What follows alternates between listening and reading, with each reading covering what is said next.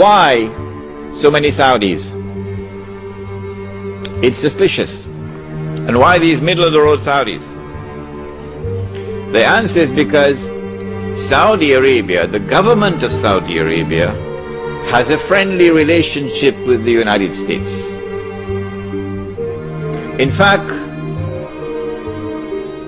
there is something common between the state of Saudi Arabia and the state of Israel which would surprise you.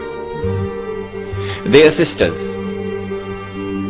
The same forces who work for the establishment of the state of Israel are the same forces who work for the establishment of the state of Saudi Arabia. The same forces who have kept Israel alive today and guaranteed Israel's security are the same forces who have kept Saudi Arabia alive today and has guaranteed Saudi Arabia's security. And when the state of Israel is to be destroyed, Saudi Arabia also goes down into the garbage bin. They're sisters. But at the moment,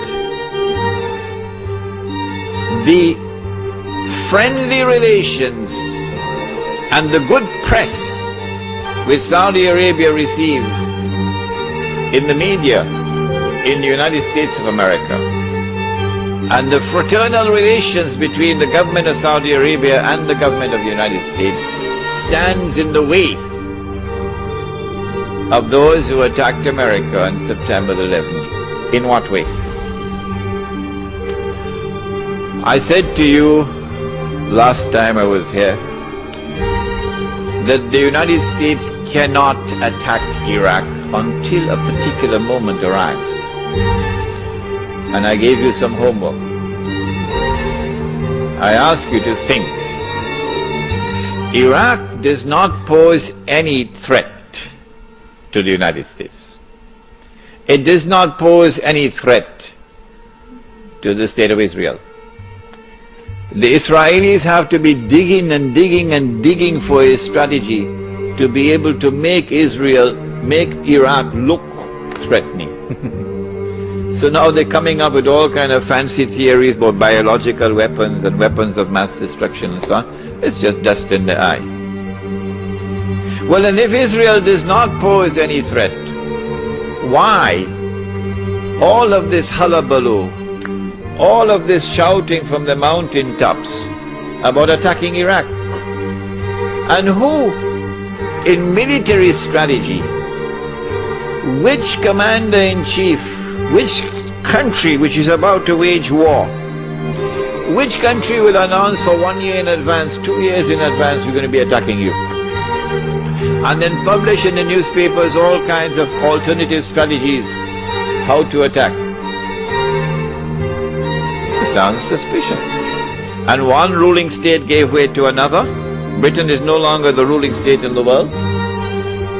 The United States of America now becomes the ruling state in the world. And in the same way that there was this mysterious, puzzling, baffling relationship between the island of Britain and the Holy Land, starting from the Balfour Declaration, so too now you have this mysterious, mystifying, baffling relationship between the United States of America and the State of Israel, which was so clearly apparent in Durban. World Conference on Racism and Racial Development, Racial Discrimination. When Israel walked out of the conference, because the whole world combined to condemn Israel for its atrocities on the Palestinian people, guess who walked out with Israel, holding on to Israel's coat's tail? Uncle Sam. Uncle Sam. So this puzzling, mystifying relationship between the second ruling state and Israel. The first ruling state and Israel, Britain and Israel. The second ruling state, the United States and Israel, is explained by a day like a month. And then we said that a day which is like a month is now coming to an end.